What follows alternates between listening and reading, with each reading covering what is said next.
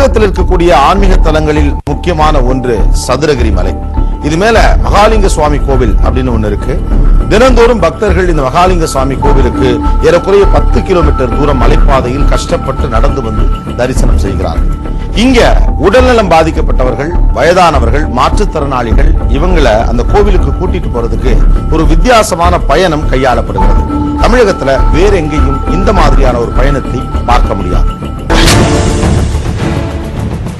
மதுரையில் இருந்து 80 கிலோமீட்டர் தொலைவில் உள்ளது தானிப்பாறை எனும் மூலிகை வனம்.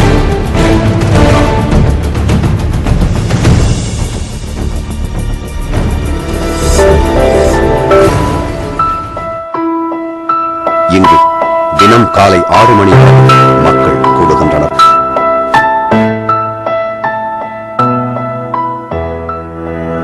இங்கிருந்துதான் சதுரகிரி மலை யாத்திரை தொடங்குகிறது. விருதுநகர் மாவட்டத்தில் அமைந்துள்ள இந்த மலை சித்தர்கள் நடமாடும் தவ பூமியாக கருதப்படுகிறது. தானிப்பாறையில் இருந்து சுமார் 10 கிலோமீட்டர் தூரம் மலை மேல் பயணம் செய்தால் சுந்தர மகாலிங்கம் கோவிலை அடையலாம். செங்குத்தான சதுரகிரி மலை மீது மக்கள் ஏறத் தொடங்கிவிட்டனர்.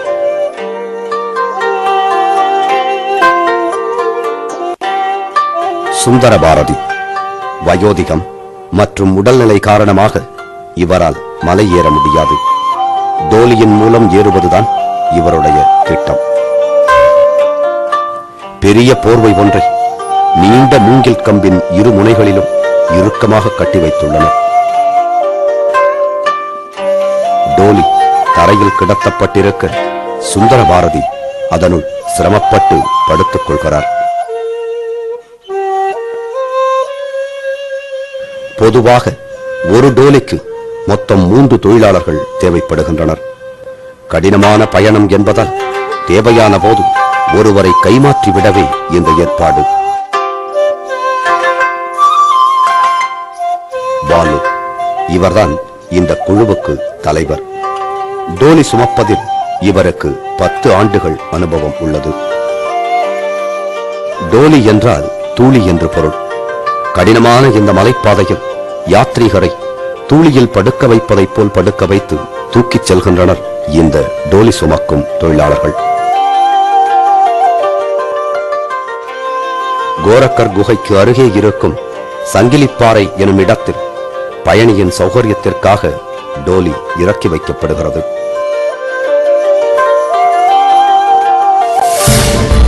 டோலி சுமப்பவர்கள் பொதுவாக மலை ஏறி முடிக்கும் வரை காலி வயிற்றுடனே பயணம் செய்கின்றனர். மலை ஏறுவதற்கு காலி வயிற்றுடன் பயணிப்பதே சிறந்தது என கூறப்படுகிறது. டோலி நாங்க சாப்பிட மாட்டோம். ஏன்னா சாப்பாடு இல்லாம போனா கொஞ்சம் இந்த வந்துட்டோம் கோயிலுக்கு ஒரு இடம் லிஸ்ட் போடுறோம். ஏன்னா கோரக்கர் சித்தருக்கு மேல ஒரு காவல அதை விட்டு அடுத்த கோயில 2 இடம் தான். அப்படிங்களா சாப்பிட்டு போனா இங்க சோம்பேறித்தனம் கொடுத்துறோம். சாப்பிடாமத்தையும் போண்டு சாப்பிடாமத்தையும் போவோம். சுந்தர மகாலிங்க சுவாமியை தரிசிக்க டோலியில் பயணம் செய்து வரும் தீபா என்பவரும் நம்முடன் பயணத்தில் இணைந்து கொண்டார். சங்கிலிப்பாறையில் இருந்து தொடங்கும் பாதை மிகவும் செங்குத்தானது. தப்பித்தவறி கால் வழுக்கினால் கூட பெரும் ஆபத்துதான். வழிநெடுகிலும் பாறைகளில் இருந்து உடைந்த கற்குவியல்கள் சிதறி கிடக்கின்றன. பயணிகளின் பாதங்களை அவை மிகவும் கூர்மையாக பதம் பார்த்து விடுகின்றன. ரொம்ப கஷ்டமான மலை, ரொம்ப உயரமா அப்படியே செங்குத்தா இருக்கு. ஏரியில ரொம்ப என்னால ஏற முடியல. அப்படி ஏறி போயிட்டுக்குள்ள பின்னாடி ஒரு சவுண்டு பார்த்தா தோழி ஒரு தோழி தள்ளு அப்படின்னு பார்த்தா பின்னாடி ஒரு ஆளு வர்றாரு. அதுக்கப்புறம் பார்த்தா இன்னொரு 2 பேர் அவங்க எங்களை பாஸ் பண்ணி போயிட்டு இருக்காங்க. எனக்கு பயங்கரமாயி போச்சு. என்னடா நம்மளை காட்டில் ஃபாஸ்டா போறாங்க, ஒரு பேக்கை தூக்கிட்டு நம்ம நடக்க முடியல, இவ்வளவு கஷ்டமான வேலை செய்யறாளேன்னு. அதுக்கப்புறம் எனக்கே ஒரு தைரியம் நானே அந்த மலையை ஏறணுங்கிற ஒரு ஐடியா வந்துச்சு எனக்கு.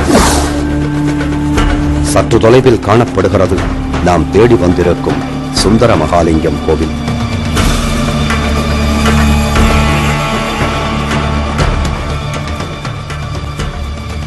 கோவில் வெளிப்பகுதியில் ஓய்வெடுத்துக் கொண்டிருந்த தொழிலாளர்கள் டோலியை மீண்டும் அவிழ்த்து கட்டி அதை தயார் செய்தனர்.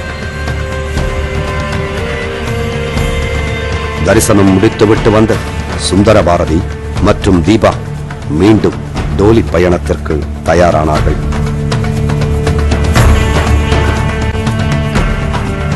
டோலி பயணத்தை பொறுத்தவரை மலையில் ஏறுவதை விட இறங்குவதுதான் சிரமமானது. சரிவாகச் செல்லும் பாதைகளில் டோலி சிறிது சமநிலை தவறினாலும் பெரும் ஆபத்துகளை சந்திக்க நேரிடும். என்ன கொஞ்சம் ப்ரெஷர் இருக்கு, எப்படி ஏறுவோம் என்ன செய்வோம்னு பயமா இருந்தது. டோலினா எப்படி இருக்கும் அப்படிங்கிற ஒரு ஐடியா இல்லாம தான் இங்க வந்தேன். ஆனா டோலி ரொம்ப நல்லா இருக்கு. வித்தின் 2 hours கொண்டு விட்டுறாங்க. அதே மாதிரி திரும்பி வரும்போதும் நல்ல வேகமா வந்துடுறாங்க. 2 hours கொண்டு வந்துடுறாங்க. அவங்க கேட்ட அமௌண்ட் 3000 to 4000 தான் கேட்டாங்க. ஆனா இறங்கின பிறகு நான் நினைச்சேன் நம்ம உயிரே பாதுகாத்துருக்காங்க, இன்னும் அதிகமா கொடுத்துருக்கணும் அப்படின்னு சொல்லி நான் ஃபீல் பண்ணேன். சதுரகிரி மலையோட அந்த கடினமான பாதையில டோலி தூக்கிட்டு போற அந்த காட்சியை பார்ப்பதற்கு வித்தியாசமாகவும் சுவாரஸ்யமாகவும் இருக்கு. மறுபக்கம் இந்த டோலி தூக்கிட்டு போற இவங்க எல்லாம் யாரு? தினந்தோறும் இவ்வளவு கடினமான வேலையை பார்க்கும் இவர்களுடைய வாழ்க்கை எப்படி இருக்கிறது? இடைவேளைக்கு பிறகு டெக்பெரி மொபைல் நடந்தது என்ன? சதுரகிரி மலை அப்படிங்கிறது சிவனுடைய ரூபமாக பார்க்கப்படுகிறது. அதனால அந்த கடினமான மலைப்பகுதியில் பயணிக்கக்கூடிய பக்தர்கள் காலில் செருப்பு இல்லாம வெறுங்காலோட தான் தினமும் நடந்து போறாங்க. அந்த கடினமான மலைப்பாதையில ஒரு சின்ன சறுக்கல்ல மாட்டிக்கிட்டா கூட பள்ளத்தாக்கில் விழ வேண்டிய ஆபத்து கூட நடக்கலாம். அப்படிப்பட்ட ஒரு பாதையில தினந்தோறும் டோலிகளை தூக்கி கொண்டு செல்லும் இந்த மனிதர்களின் வாழ்க்கை எப்படிப்பட்டதாய் இருக்கிறது? பாலு சதுரகிரி மலையில் டோலி தூக்குவதையே தன் முழுநேர தொழிலாக கொண்டுள்ள இவருக்கு மனைவி மற்றும் 4 குழந்தைகள் உள்ளனர். பாலு அடிக்கடி வெளியே செல்ல நேருவதால் அவரது மனைவிதான் வீட்டை பார்த்துக் கொள்வது, குழந்தைகளை கவனிப்பது என அத்தனை வேலைகளையும் சுமக்க வேண்டியுள்ளது. டோலி தூக்கிவிட்டு உடல் அசதியுடன் வீட்டிற்கு வரும் பாலுவால் குழந்தைகளுடன் அதிக நேரம் செலவிட முடிவதில்லை. அந்த நேரம் போறாப்புல அந்த நேரம் நம்மளுக்கு சங்கடமா இருக்குது. போயிட்டு வந்து இந்த கஞ்சி தண்ணியோட சாப்பிட்ற ரொம்ப இதா நேரம் ஆகி போகுது. அப்படியே படுத்துடுறாப்புல. அப்புறம் எந்த நேரமும் போன் வர்றதும் தெரியாம காலையில 7 மணி போனாப்புல நைட்டு 10-11 மணி ஆயிடுது. தூக்கிட்டு போகும்போது பார்த்துருக்கோம், அழுதுருக்கோம். அதை பார்த்து கூட ஓரமா கூட ஒதுங்கி போய் நின்றுருக்கோம். கண்ணார போய் பார்க்கவா அப்படின்னு கூட. வீட்டுல ரொம்ப சங்கடப்படுறாங்க. இந்நேரம் எந்த டைம்னாலும் நைட்டும் பகலும் ஓடிட்டு ஒரு பாம்பு பள்ளி பூச்சி நடமாற இடத்துல ஏன் அப்படி செய்யற, இந்த தொழிலே விட்டியா வேண்டாமே. விட்டாலும் நமக்கு இதை விட்டு அவரை வழி இல்லை. சதுரகிரி சுந்தரமாலை மனத்துல பசிலாம் சாப்பிட்டுருக்கோம். இதே நம்ம தொழில், வேற தொழில் இல்ல. சதுரகிரி மலை டோலி பயணம் வயோதிகர்கள், மாற்றுத்திறனாளிகள் ஆகியோருக்கு ஒரு வரப்பிரசாதமாகும். ஆனால் அதிக உடல் உழைப்பை கொடுத்து ஆபத்து நிறைந்த இந்த டோலி சுமக்கும் பணியை செய்து வரும் இந்த தொழிலாளர்களின் வாழ்க்கையும் பரிதாபத்திற்குரியது. சதுரகிரி மலையில டோலி தூக்கும் வேலையில இப்ப 20 பேர் இருக்கிறாங்க. இன்னமும் 20 பேர் அந்த மகாலிங்க சுவாமி கோவிலுக்கு தேவைப்படக்கூடிய அன்னதான பொருட்கள், கோவிலுக்கு தேவைப்படும் பொருட்கள், பூஜை பொருட்கள் இதெல்லாத்தையும் அந்த மலைக்கு தூக்கிட்டு போற அந்த கடினமான ஒரு வேலையை செய்யறாங்க. தினந்தோறும் மலைப்பாதையில் டோலியை தூக்கி கொண்டு செல்கிற ஒரு கடினமான வேலையை செய்தாலும் கிடைக்கிற பணம் தினசரி தேவைகளுக்கு சரியாய் போய்விடுகிறது அப்படின்னு இந்த தொழிலாளிகள் சொல்றாங்க.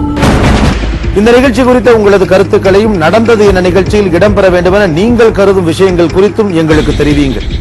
தொடர்பு கொள்ள வேண்டிய முகவரி எக்ஸிகியூட்டிவ் ப்ரொடியூசர் நடந்தது என்ன, Vijay TV, post box number 8484, Chennai 34.